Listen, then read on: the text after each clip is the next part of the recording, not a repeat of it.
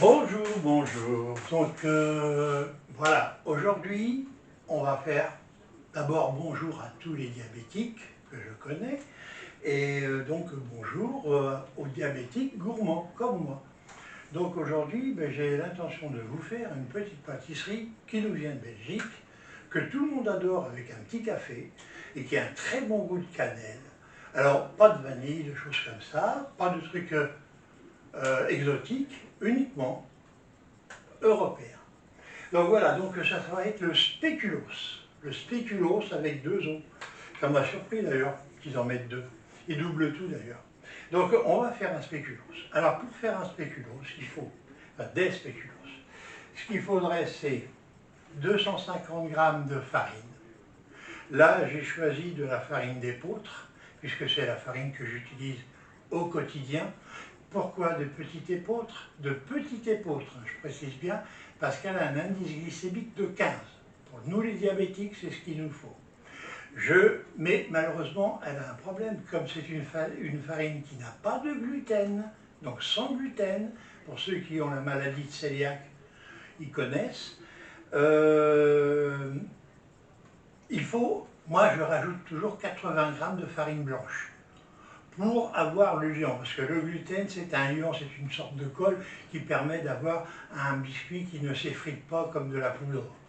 Donc là, il y a donc les 250 g de farine, là il y a 150 g de maltitol, qui est du sucre édulcorant, parce que le spéculoos belge se fait avec de la vergeoise, qui n'est autre qu'un sucre roux, un sucre de betterave roux, et qui donne un peu la couleur et le goût au spéculoos. Là, je ne peux pas, parce que le maltitol ne caramélise pas, ou très mal.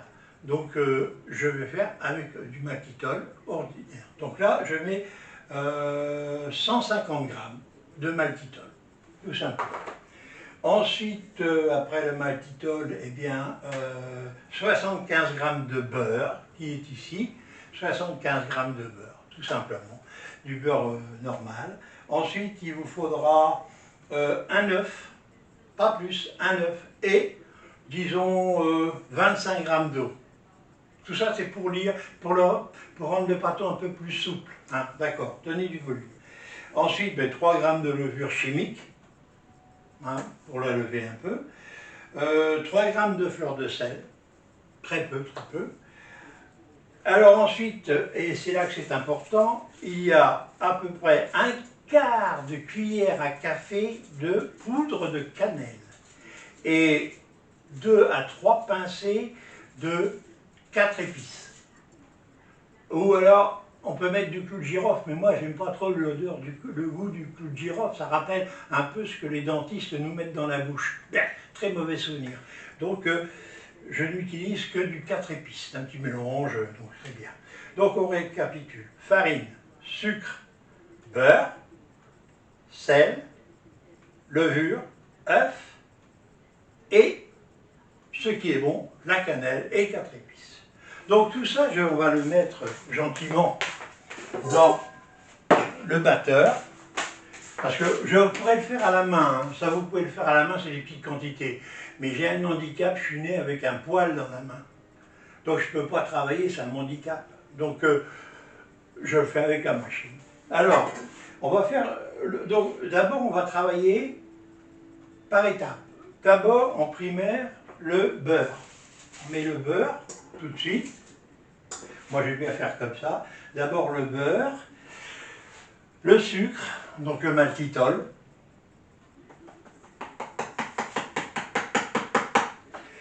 Je vais mettre l'œuf aussi, un œuf, hein. Entier. Séparez pas le blanc du jaune. Et là, alors moi, je ne suis pas trop mélange, mais enfin, c'est comme ça que eux font, dans la recette, c'est comme ça qu'ils font, c'est que, ils mettent les épices tout de suite. On va le faire, on va bien voir. Moi, l'autre fois, je ne l'avais pas fait comme ça. Donc, vous mettez tous vos épices. Et là, on va se rendre au batteur. Tourne-toi un peu, méchante bestiole. Voilà, le batteur, le même que l'autre fois. Je prends la feuille, et puis, alors, on a l'électricité, parce que si je ne le branche pas, je vais peut-être avoir un petit problème. Alors, je descends le tout. Et voilà. Donc, petite vitesse au démarrage. C'est juste pour mélanger, pour avoir un aspect fini. Donc, comme il y a du beurre et que le beurre doit être mou, il faut le sortir la veille. Votre beurre, sortez-le la veille, mettez-le à température ambiante pour qu'il se ramollisse le plus possible. Ne le faites pas fondre au micro-ondes. Et quand il va travailler là, comme il fait actuellement, il va bien se mélanger avec le sucre et les condiments que vous avez mis.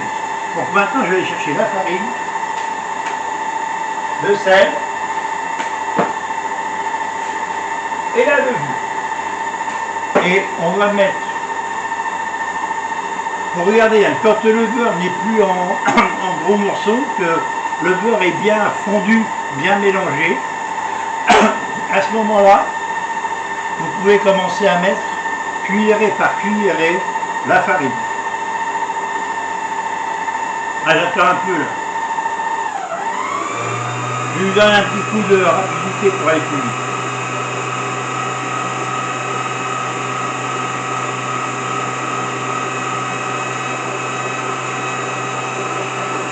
Voilà. Et là, je mets la farine.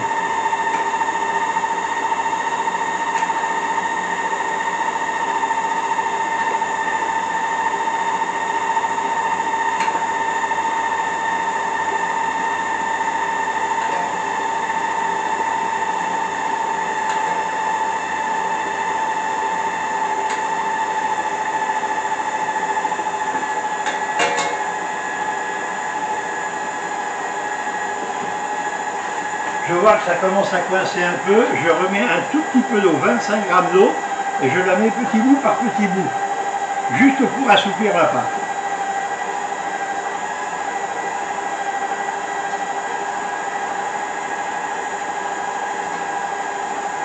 Il faut bien laisser incorporer la farine, pour ne pas avoir un truc impossible à étaler.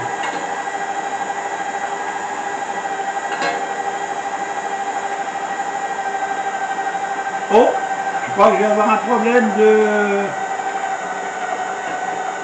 Oui, donc là je vais mettre la levure.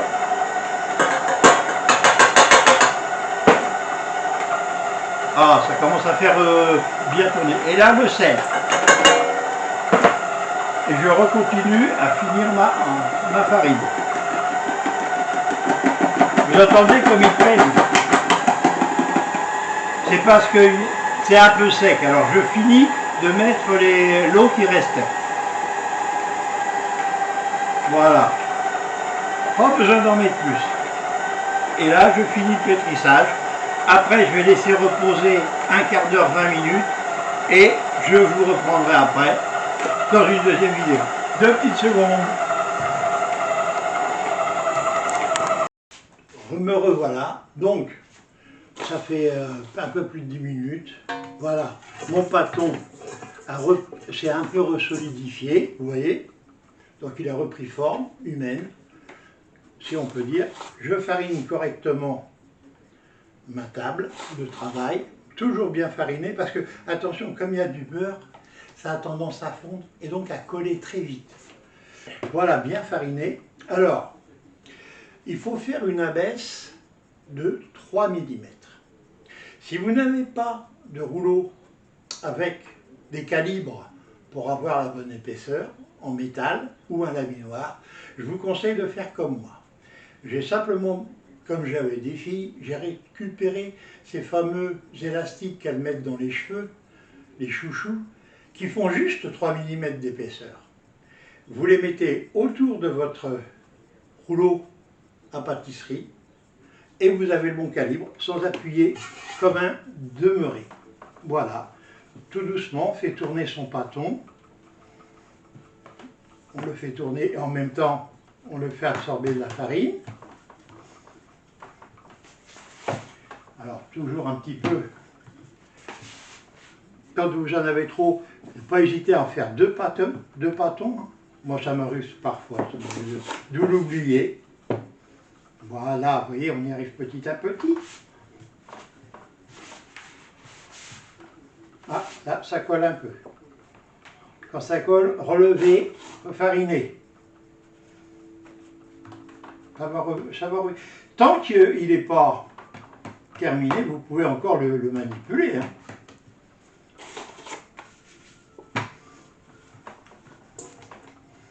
Et quand ça colle, voilà, là vous y êtes bien. Là j'ai peut-être un petit peu été optimiste. Voilà. Alors, au contraire de beaucoup de pâtisseries, le spéculoos est rectangle.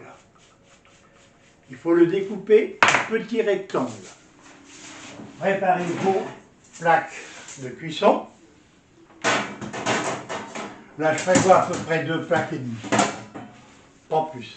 Alors, mon couteau. Ah. Et donc, je vais faire des petits rectangles.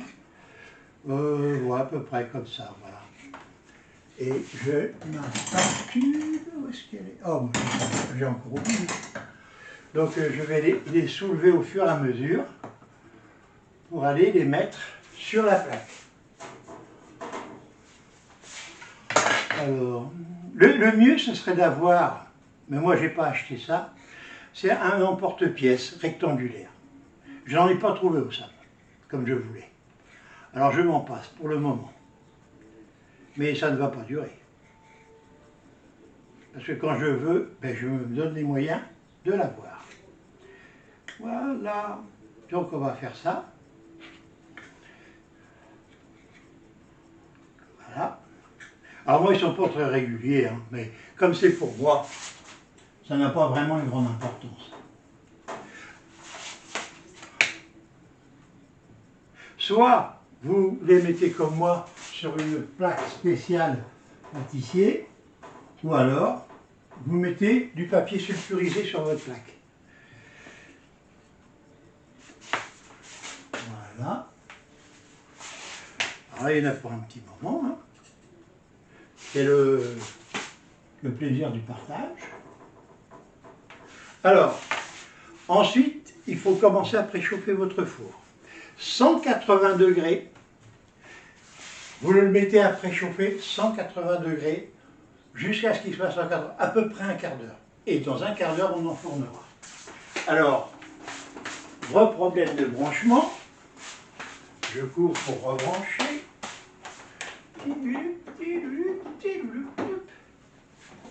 Voilà, hop là, c'est parti. Et là, un quart d'heure, à 180 degrés. Alors, si vous avez un four électrique, mettez-le à 200.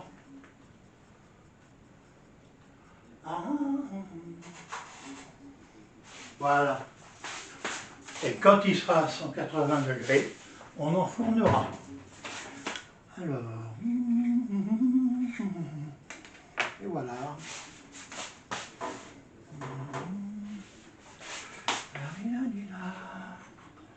Et voilà. Vous voyez, on peut les manipuler quand même, hein. Ils sont pas collants. Ça arrive parfois. Donc, le spéculoos, c'est vrai, son truc, c'est d'être rectangulaire. Ni carré, ni rond.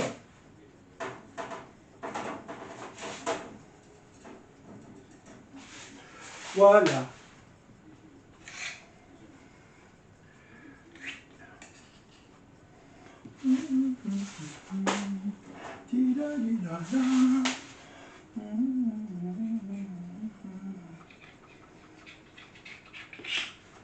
C'est vrai qu'un emporte-pièce, c'est beaucoup plus agréable. Hein. Ça fait gagner du temps.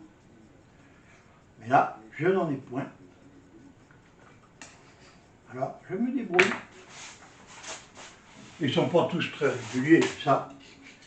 Comme c'est pour ma consommation personnelle, ça n'a pas d'importance. Alors, je regarde. Oh oui, je suis obligé d'arrêter. 2 petites secondes. Revoilà, suite et fin. Voilà, les spéculoos sont cuits.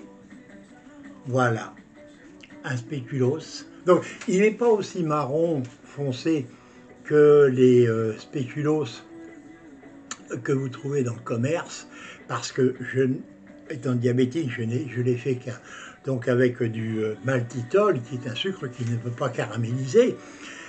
Si vous n'êtes pas diabétique comme moi, ben faites-le avec du sucre roux, du sucre, ce qu'ils appellent la vergeoise en Belgique. Donc chez nous, on appelle ça du sucre roux. Vous le faites avec 150 grammes de sucre roux et vous aurez cette teinte un petit peu marron clair du spéculoos. Donc vous voyez, c'est pas trop épais comme tous les spéculoos. Ça fait sur une abaisse de 3 mm, voilà à peu près ce que ça donne. Alors voilà. Alors la cuisson, c'est très simple, c'est 180 degrés four préchauffé, 15 minutes à peu près. Ensuite, mise au four, 13 minutes, pas une de moins, pas une de plus. 13 minutes. Alors, j'ai une petite chose dans la recette que je ne vous avais pas dit tout à l'heure dans les ingrédients. Moi, j'ai rajouté je l'ai là, je m'en souviens jamais, du bicarbonate de sodium. Tout simplement parce que ça donne un temps de conservation plus long. Ce qui fait que mes petits biscuits, comme je suis tout seul, je ne vais pas tous les bouffer comme un ail, donc ça met un petit peu de temps. Et puis comme ça, je les garde et ils ne s'abîment pas, ils restent moelleux, ils ne moisissent pas. Voilà, donc voilà les choses qu'il faut savoir. Donc on peut se faire des petites choses agréables, même quand on est diabétique.